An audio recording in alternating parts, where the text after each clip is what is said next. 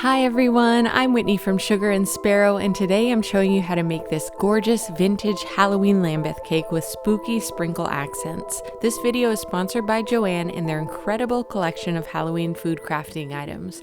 I found every single thing I needed to create this Halloween showstopper cake, from piping tips to food coloring, the perfect Halloween sprinkles, edible shimmer spray, and so much more. It's truly a one-stop shop for cake decorating, and I'm so excited to show you how I made this design from start to finish. First, I'm going to color this vanilla buttercream with the Wilton Color Right Performance Food Color Gel. This is one batch of my vanilla buttercream recipe that I'm tinting a light pink for filling and frosting my cake layers. The Wilton Color Right kit has 8 different colors that you can mix together to create custom colors, but for this shade I'm using about 3 drops of pink. Now that I've got the perfect pink buttercream, I'll use it to fill and stack my cake layers. I made my black velvet cake recipe for this because it's so perfect for Halloween with that naturally pitch black color. I'll link the vanilla buttercream and the black velvet cake recipes below. Once I've got my layers filled and stacked, I add a crumb coat to the outside of the cake. This is a super thin layer of buttercream that will help lock in any loose crumbs so they don't end up in the final layer of frosting. Refrigerate the crumb-coated cake for at least 20 minutes to let the frosting firm up. Next, I'm using the rest of the pink buttercream to frost the cake with a smooth buttercream finish. If this is something that you've struggled with in the past, be sure to check out my smooth buttercream tutorial in the Cake Basics playlist on my YouTube page. It shows all my tricks for smooth, level buttercream with super sharp edges. When you're happy with your smooth buttercream finish, refrigerate the cake again for 20 to 30 minutes or until the frosting is firm again. While the cake is chilling in the refrigerator, we'll make a simple template for the Lambeth Piping. Place a cake pan that's the same diameter as your cake layers upside down on a piece of parchment paper and trace around the lip. We're trying to match the diameter of the frosted cake with this template, and that extra lip helps account for the frosting on the sides of the cake. Cut out the parchment paper circle and then fold it in half 3 times. This creates 8 equal sections. After removing the chilled frosted cake from the refrigerator, place the template on top. Mark each section on the sides of the cake with a toothpick. To mark the semicircle sections where the ruffles on this cake will go, grab a cookie cutter or glass that's the same diameter as the distance between sections on your template. Place a piece of Scotch tape onto it just above the halfway mark. This tape will help keep the indents at the same height because you'll use it to line the cookie cutter up with the top of the cake. Line up the cookie cutter with the tape just above the top edge of the cake and the sides of the cookie cutter on the toothpick marks.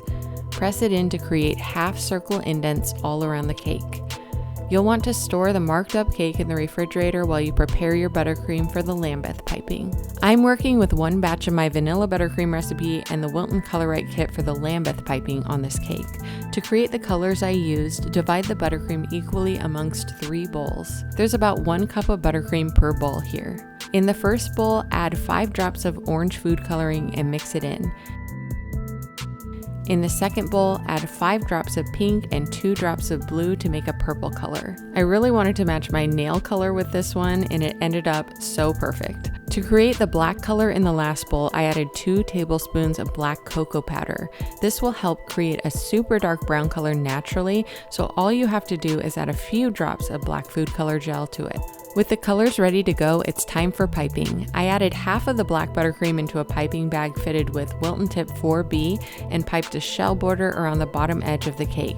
It's worth noting here that I have this 6-inch cake sitting on top of an 8-inch cake circle.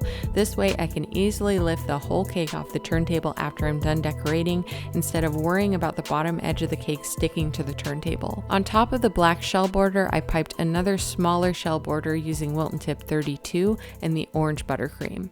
I placed some purple eyeball sprinkles in between the 2 shell borders and spaced them out according to where each of the semicircle indents meet. Next, it's time to pipe the ruffle garlands. I placed the other half of the black buttercream into a piping bag fitted with Wilton Tip 104 and piped ruffles along the semicircle indents. You'll want to face the skinny end of the tip away from the cake while you wiggle the bag up and down to create each ruffle garland. Once you've gone all the way around the cake, repeat the same technique to create a purple ruffle on top of each black ruffle using the same piping tip.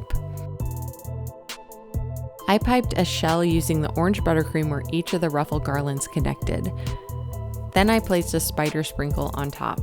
I piped some star shapes about an inch below each ruffle garland and placed a skull sprinkle in the middle of each one. About a ½ inch beneath the skull stars, I placed a pumpkin sprinkle. For the top of the cake, I piped an orange shell border closest to the edge, then piped a purple shell border next to it. I added some more skull sprinkles in between those shell borders because they're just so fun. To finish this cake, I piped some swirls with the rest of the black buttercream and Wilton Tip 4B. Then I topped each swirl with an orange eyeball sprinkle. I found this amazing edible shimmer dust at Joann to create a subtle, sparkly finish, and it was so much fun to spritz the cake at the end. I used the gold shimmer dust, but it comes in other colors as well. This cake was so much fun to make and would look amazing on any Halloween party table. You'll find everything you need to make it at your local Joann store or joann.com.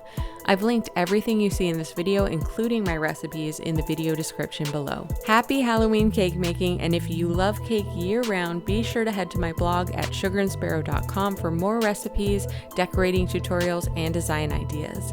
And whether you're just starting out with cakes or curious about my methods for layer cakes, check out my Cake Basics playlist on my YouTube channel. Hit the subscribe button while you're at it so you never miss a new video. Thanks for watching!